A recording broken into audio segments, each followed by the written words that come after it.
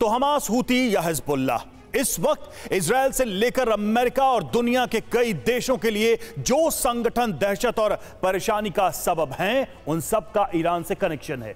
Iran के हथियारों से ही लेबनान से हमला हो रहा है और ईरान के हथियारों से ही लाल सागर दहल रहा है। ईरान में घातक हथियारों के प्रोडक्शन, रूस के साथ डील पर डील और ईरान के समर्थन वाले संगठनों की आक्रामकता से इतना तो साफ हो गया है कि ईरान किसी बड़ी प्लानिंग को आगे बढ़ा रहा है। माना जा रहा है कि ईरान एक महायुद्ध की शुरुआत की वजह बन सकता है और युद्ध काल में ही एटम बम बना सकता है। बरसों पुरानी जिद, बरसों पुरानी बदले की आग।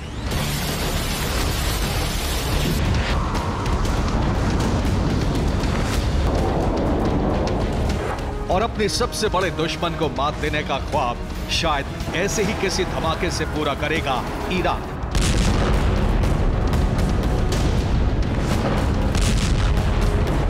वक्त तो बहुत लगा, लेकिन लगता है ईरान अब वो कर लेगा जिसका डर इजराइल और अमेरिका को हमेशा से रहा है।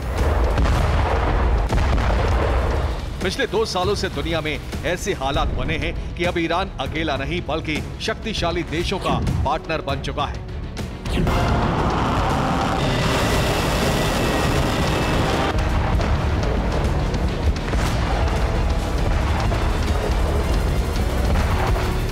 इब्राहिम रईसी समझ चुके हैं कि अब नहीं तो ईरान का सपना कभी पूरा नहीं हो पाएगा।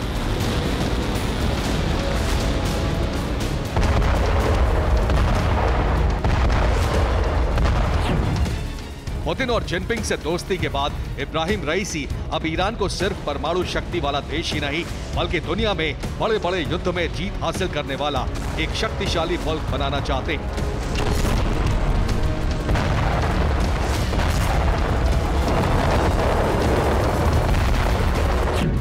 दुनिया को ईरान की हर चाल की बखूबी जानकारी है और सबसे ज्यादा सचेत है अमेरिका।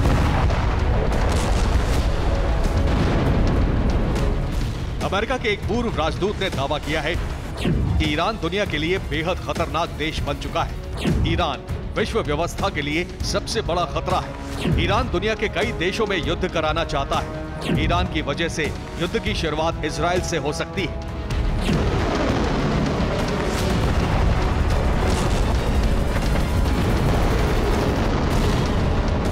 हालांकि अमेरिका ईरान को कई बरसों से शक की नजर से देख रहा है। वजह है ईरान की न्यूक्लियर बम बनाने की जिद।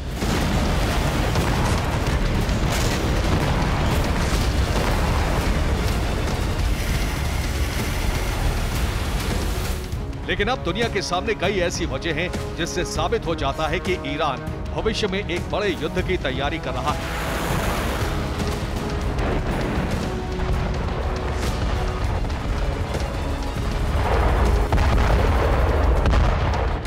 ईरान अपने परमाणु मिशन को तेजी से चला रहा है। ईरान ने रूस को ड्रोन देकर अमेरिका के एक दुश्मन से दोस्ती गांठ ली है। ईरान तेजी से अपनी सेना की ताकत बढ़ा रहा है। ईरान ने कई घातक मिसाइलें और ड्रोन बनाए हैं। जिस तस्वीर को देखकर दुनिया दहल जाती है, जिस धमाके की कल्पना से दिल कांप उठता है, वही धमाका, वही आग और वैसी ही शक्ति ईरान की जिद बन चुकी है।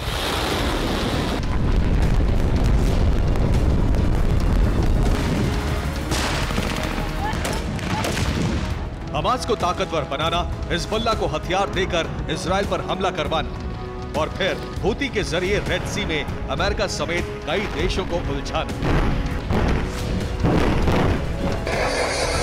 यूक्रेन से लेकर गाजा और इजराइल और रेड सी तक जिन हथियारों से हमले हो रहे हैं वो ईरान से सप्लाई किए गए हैं। ईरान किसी भी कीमत पर हथियारों की सप्लाई चेन को खत्म नहीं होने देना चाहता।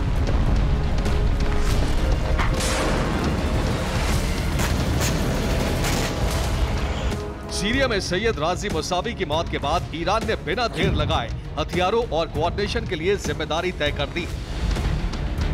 सैयद राजी मुसावी की मौत के बाद मोहम्मद रेजा जाहिदी ही वो शख्स हैं जो ईरान की तरफ से सीरिया और लेबनान के प्रॉक्सी संगठनों से कोऑर्डिनेट करेंगे। रेजा जाहिदी की मदद के लिए मुस्तबा अब्दुस को भी सीरिया की कमान दी गई है। मुस्तबा अब्दुस सीरिया से लेबनान में हिजबुल्लाह तक हथियार पहुंचाने की जिम्मेदारी निभाएंगे। मुस्तफा अब्दुस अब तक ईरान से सीरिया में हथियार पहुंचाने की जिम्मेदारी देख रहा था।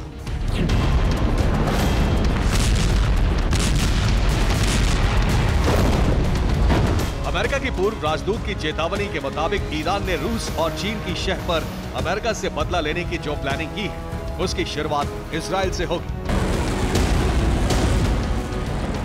हमने आपको सुपर प्राइम टाइम में एक दिन पहले ही दिखाया था कि ईरान कैसे इजराइल के खिलाफ हमले की प्लानिंग कर रहा है। इब्राहिम रईसी अच्छी तरह जानते हैं कि इजराइल पर हमले का मतलब है अमेरिका को चुनौती देना।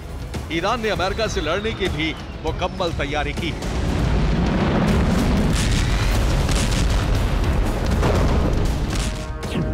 ईरान ने गल्फ ऑफ पर्शिया, भूमध्य सागर, कैस्पियन सागर और रेड सी में युद्धपोत तैनात कर दिए हैं। ईरान ने इन युद्धपोतों को आधुनिक मिसाइलों से लैस किया है। ईरान की नौसेना ने रविवार यानी 24 दिसंबर को अपने हथियारों में 2 नई मिसाइल शामिल की। तालेह मिसाइल की रेंज 1000 किलोमीटर है। ये पूरी तरह से स्मार्ट मिसाइल है। ये क्रूज मिसाइल है जो टारगेट की तरफ बढ़ते समय दिशा और टारगेट बदल सकती है, जबकि नासिर की रेंज 100 किलोमीटर है।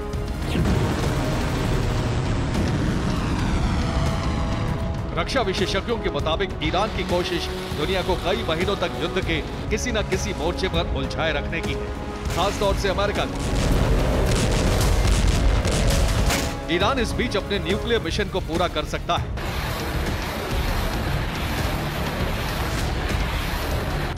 ईरान 60% तक यूरेनियम को समृद्ध कर रहा है। बिजली उत्पादन वाले परमाणु ऊर्जा संयंत्रों में इतनी समृद्ध यूरेनियम का इस्तेमाल नहीं किया जाता।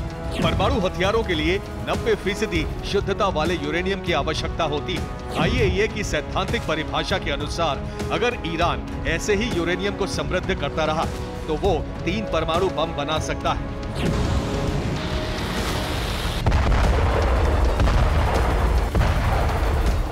इसके अलावा ईरान ने हाइपरसोनिक फतेह मिसाइल का प्रोडक्शन तेज कर दिया है।